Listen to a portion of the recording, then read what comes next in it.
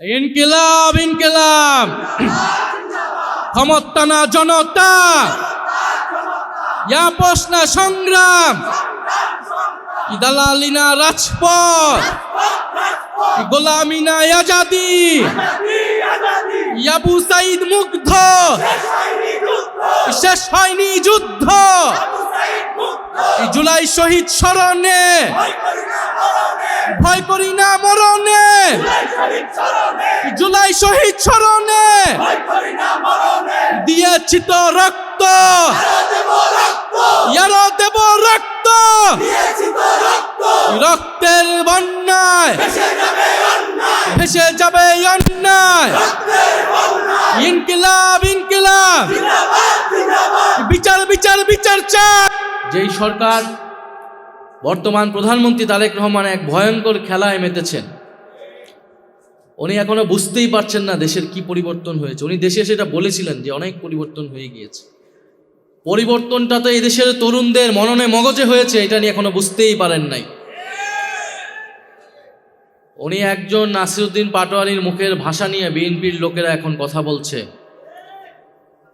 অথচ গত 16 বছর সংসদে দাঁড়ায় কথা বলতে পারে নাই। এরকম অপমান, অশ্রাব্য গালিগালাজ তাদেরকে করেছিল। সেই সময় নির্যাতিত হয়েছিল, নিপীড়িত হয়েছিল, কোথাও মাথা উঁচু করে কথা বলতে পারে নাই। যেই রাষ্ট্রপতি তাদের দলীয় প্রধান, তাদের প্রতিষ্ঠাতা সবাইকে নিয়ে কটূক্তি করেছে, তাদের সেই রাষ্ট্রপতিকে চুপ্পুকে বর্তমান সরকার সম্মানজনকভাবে বিদায় দিয়েছে। ফলে যদি একজন নাসিরউদ্দিন পাটোয়ারি বা একজন ওসমান হাদি কথাকে আপনারা আপনাদের কাছে ভদ্রতার মাপকাঠিতে না ঠিক মনে না হয়, তাহলে আপনারা এখনো বুঝতেই পারছেন না যে বাংলাদেশের প্রতিটা ঘরে ঘরে এরকম সাহসী নাসিরউদ্দিন পাটোয়ারি এবং ওসমান হাদিরা তৈরি হয়ে গিয়েছে। মুখের ভাষা এরকম কেন হলো?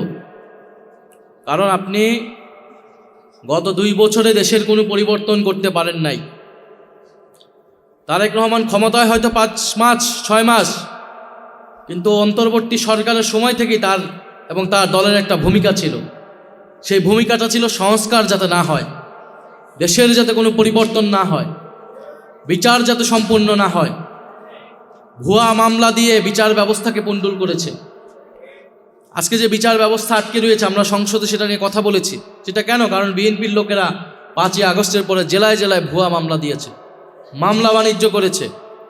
সে মামলা বাণিজ্যের কারণে মামলাগুলা দুর্বল হয়ে গিয়েছে। ট্রাইব্যুনালে যে কয়েকটা মামলা আছে শুধু সেগুলোর রায় এখন হচ্ছে, এবং সবগুলা তদন্ত রিপোর্ট অন্তর্বর্তী সরকারের সময় যতটুকু দাখিল করা হয়েছে সেটারই রায় হচ্ছে।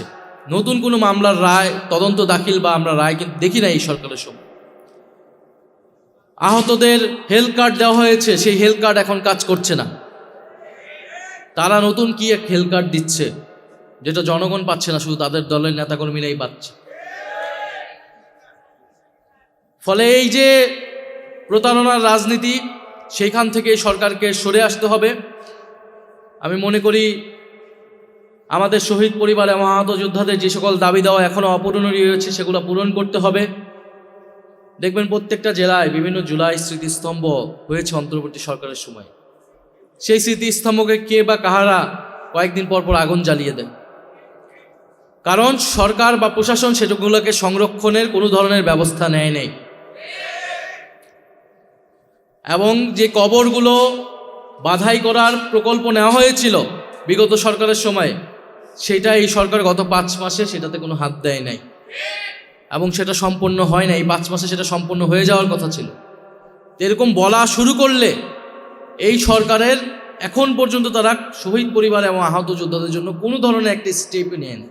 স্টেপ নিয়েছে শহীদ পরিবার বা আহতদেরকে ডাকে কোনো একটা প্রোগ্রামে ডেকে বলে এই এনসিপির বিরুদ্ধে কথা বলতে হবে, সার্জিস হাসনাতের বিরুদ্ধে কথা বলতে হবে।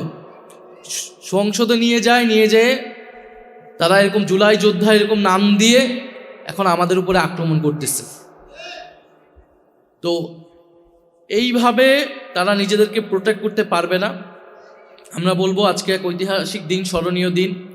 আমরা জুলাই গণ অভ্যুত্থানের সকল শহীদদেরকে স্মরণ করছি শ্রদ্ধার সাথে। আমরা মনে করি শহীদ পরিবার আহত, তারা দেশের সম্পদ, এ রাষ্ট্রের সম্পদ।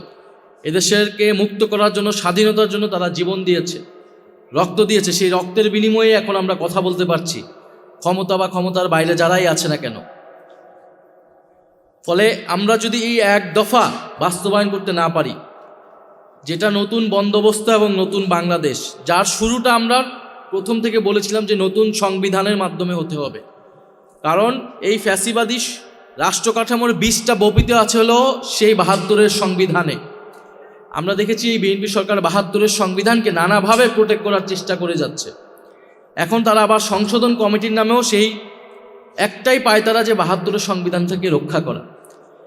সংস্কারের জায়গায় এসেছিল একটা মধ্যপন্থার বা একটা কম্প্রোমাইজের জায়গায়, সেই সংস্কারও তারা বাদ দিয়ে দিয়েছে। তো আমি বলেছি যে যদি সংস্কারও তারা বাদ দিয়ে দেয়, তাহলে আমরা আবার নতুন সংবিধানের দাবিতে আবার আগাবো। আসসালামু আলাইকুম। আজকে 2 বছর, জুলাই গণ অভ্যুত্থানের 2 বছর পরে, 2024-এর পরে 2026-এর ঐতিহাসিক 3রা আগস্ট। আজকে যে 3রা আগস্ট শহীদ মিনার থেকে ঐতিহাসিক জনতার এক দফা ঘোষিত হয়েছিল বৈষম্য বিরোধী ছাত্র আন্দোলনের পক্ষ থেকে। আমরা তাই আজকে চেয়েছিলাম যে আজকের দিন, যে ঐতিহাসিক দিন, এই ঐতিহাসিক দিনটা আমরা শহীদ পরিবার এবং আহত যোদ্ধাদের সাথে আমরা কাটাতে চাই। কারণ আমরা মনে করি এই এক দফার আসল রূপকার, এই গণ অভ্যুত্থানের আসল রূপকার তো আমাদের গণ অভ্যুত্থানের শহীদ এবং আহত যোদ্ধারা। গণ অভ্যুত্থানে একজন কবি লিখেছিলেন যে তোমরা হয়তো যাইবা ভুলে খুনি হাসিনার ইতিহাস, সেই মায়ে রাখবো মনে যে সুইসে পোলার লাশ। কারণ যার সন্তান গিয়েছে, মারা গিয়েছে, শহীদ হয়েছে, যার ভাই, যার পিতা, যার মাতা, যার বোন আহত হয়েছে, এই দেশের জন্য আমরা জানি সবচেয়ে বেশি কষ্টটা তার। এবং গণ অভ্যুত্থানে মানুষ সেই 3 তারিখে চূড়ান্ত ঘোষণা দিয়েছিল। সেই ঘোষণাটাতে ছিল ফ্যাসিবাদী ব্যবস্থার বিলোপ এবং একটি নতুন বন্দোবস্ত তৈরি করা। এটা অনেকে ভুলে যায় যে আমরা কেবল শেখ হাসিনার পদত্যাগ ঘোষণা করি নাই, অনেকেই শেখ হাসিনার পদত্যাগ ঘোষণা করেছিল, আরও আগের থেকে ঘোষণা করে আসছিল। কিন্তু আমাদের ঘোষণাটা ছিল শেখ হাসিনার পতন এবং এই যে ফ্যাসিবাদী ব্যবস্থা, যেই ব্যবস্থার মধ্যে দিয়ে এই গুম, খুন, গণহত্যা এবং অর্থনৈতিক লুটপাট, দুর্নীতি হয়েছে, এই পুরো রাষ্ট্র কাঠামোটার পরিবর্তন, এমন একটা বন্দোবস্ত তৈরি করা যেখানে ফ্যাসিবাদ এবং স্বৈরতন্ত্র, স্বৈরাচার আর কখনোই ফিরে আসতে পারবে না। কিন্তু কারো কারো দাবি ছিল শুধু শেখ হাসিনার পদত্যাগ এবং সেই পদে নিজেদেরকে আসীন করা। আজকে তারা সেই ক্ষমতায় আসীন আছে। ফলে এক দফার আংশিক দাবি অর্জিত হয়েছে, পুরোটা দাবি অর্জিত হয়নি। এবং এই পুরোটা দাবি অর্জিত না হওয়ার পিছনে দুঃখজনকভাবে যারা আমাদের সেই সময় সাথে ছিল, তারাই সবচেয়ে বেশি বিরোধিতা করেছে। যারা আজকে জুলাই সনদ বাস্তবায়ন করছে না, যারা আজকে গণভোটের গণরায় বাস্তবায়ন করছে না, তারা শহীদ মিনারের সেই এক দফার ঘোষণা সেই দিন সেটাকে আংশিকভাবে সমর্থন করেছিল, কিন্তু তারা পরবর্তীতে সেটার সাথে বিট্রে করেছে। যদি এক দফা সম্পূর্ণভাবে অর্জিত হতো, সম্পূর্ণভাবে বাস্তবায়িত হতো, তাহলে আজকে 2 বছর পরে এসে কিশোর আলিফের চোখ যেত না। আজকে পুলিশ আবার দলীয়করণ হতো না, আজকে আমলাতন্ত্র আবার দলীয়করণ হতো না, আজকে আবারও চাঁদাবাজি, দুর্নীতি, সন্ত্রাসে সারা দেশ ছেয়ে যেত না।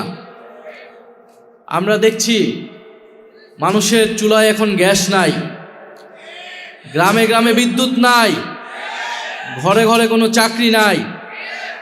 দেশে একটা নতুন হাহাকার দেখতে পাচ্ছি।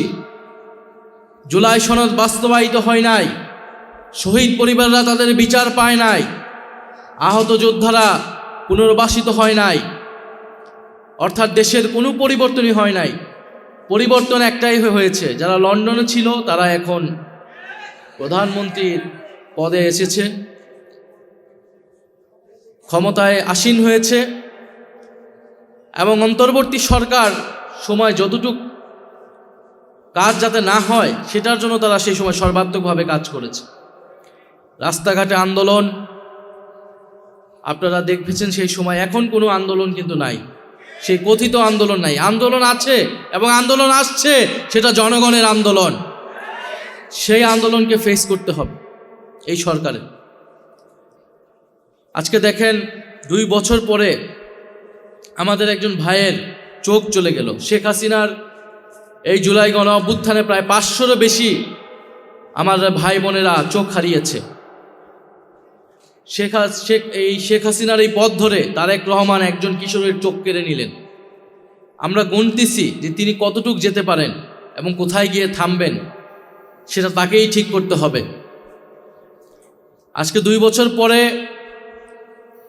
আমাদের সহযোদ্ধাদের নামে আইফোন চুরির মামলা দেওয়া হচ্ছে। এটাই হচ্ছে গণ অভ্যুত্থানের অর্জন, এটাই হচ্ছে তারেক রহমানের জুলাই গণ অভ্যুত্থান। 2 বছর পরে যারা হামলাকারী তারা জামিনে পাচ্ছে এবং যারা ভিকটিম তাদের বিরুদ্ধে মামলা দেওয়া হচ্ছে। আমরা বলবো গণপরিষদের মাধ্যমে নতুন সংবিধানই তৈরি করতে হবে, একটা গণতান্ত্রিক সংবিধান। কারণ পুরনো বন্দোবস্তের যদি আমলাতন্ত্র থেকে যায়, মিডিয়া ব্যবস্থা থেকে যায়, পুরনো বন্দোবস্তের যদি ব্যবসায়ীদের যেই টাকা পাচারকারী ব্যবসায়ীরা যদি থেকে যায়, দুর্নীতি যদি থেকে যায়, তাহলে দেশের কোনো পরিবর্তন সম্ভব না। এবং তাদের মহাসচিব তিনি নিজেই স্বীকার করেছেন যে 5 মাসে কোনো পরিবর্তন হয় নাই। ঘুষ খাচ্ছে, দুর্নীতি করছে এবং তাদের দলের লোকেরাই করছে, এটা তারা নিজেরাই এখন স্বীকার করছে। এবং তারেক রহমান ভালো, উনি সর্বাত্মক চেষ্টা করছে। এই ধরনের গল্প আমরা আগে শেখ হাসিনার সময়ও শুনেছি। শেখ হাসিনা ভালো, তাকে ভুল বোঝানো হচ্ছে আর বাকি সবাই খারাপ। উনি সৎ, উনি তাহাজ্জুদের নামাজ পড়েন, উনি 18 ঘন্টা করে পরিশ্রম করেন দেশের জন্য। একই ধরনের বক্তব্য, শুধু মুখ পাল্টিয়েছে এবং দেশের পরিস্থিতিও একই দিকেই যাচ্ছে। তো আমরা বলবো যে আমাদের উপরে হামলা মামলা করে আপনারা দেশের এই পরিস্থিতি বা আপনাদের নিজেদেরকে প্রোটেক্ট করতে পারবেন না। কারণ আমরা মনে করি বাংলাদেশের জনগণ 70% জনগণ রায় দিয়েছে এই গণভোটের পক্ষে, গণরায়ে হ্যাঁর পক্ষে। আপনারা আমরা সবাই, সকল শহীদ পরিবার কিন্তু এটার জন্য ক্যাম্পেইন করেছে, সকল আহত যোদ্ধারা কিন্তু এটা প্রচারণা করেছে। ফলে আমি মনে করি যে আমাদের সেই দায়িত্ব জনগণকে একটা বৈষম্যহীন দেশ, দুর্নীতিমুক্ত দেশ দিয়ে যাওয়া। এটাতেই শহীদদের আত্মা সবচেয়ে বেশি শান্তি পাবে। কারণ তারা দেশের পরিবর্তনের জন্য জীবন দিয়েছিল, কাউকে ক্ষমতায় এনে বসানোর জন্য জীবন দেয় নাই। সেই পরিবর্তনকে বুঝিয়ে দিতে হবে দেশের জনগণকে। সেই পরিবর্তনের জন্যই আমরা কাজ করে যাচ্ছি। আমরা মনে করি যে এই সরকার যদি অচিরেই বিচার, জুলাই গণহত্যার বিচার, ওসমান হাদি হত্যার বিচার এবং বিগত গুম খুনের বিচার, সেই বিচার যদি সম্পূর্ণ করতে না পারে অনতিবিলম্বে, এবং তাদের রোডম্যাপ ঘোষণা করতে হবে যে কিভাবে তারা বিচার করবে, কতদিনে করবে, এবং যে সংস্কার, সেই সংস্কার তাদেরকে বাস্তবায়ন করতে হবে। অন্যথা যে আন্দোলন আমরা চালু রেখেছি, শুরু করেছি, সে আন্দোলন আরও তীব্র থেকে তীব্রতর হবে। এনসিপি এবং সমমনা যে শক্তিগুলো রয়েছে, আমরা ঐক্যবদ্ধভাবে এই সরকারকে বাধ্য করব জুলাই সনদ বাস্তবায়ন গণভোটের গণরায়ের আলোকেই বাস্তবায়ন করতে হবে এবং জুলাই গণহত্যার বিচার নিশ্চিত করতে হবে। আর যদি শেখ হাসিনার ডিসেম্বরে আসে, সেই ডিসেম্বরে আসার জন্য যে ব্যবস্থা তারেক রহমান করে দেয়, তাহলে সেটার জন্য আপনারা প্রস্তুত আছেন তো? ইনশাল্লাহ আমরা সবাই সেটার জন্য প্রস্তুত আছি।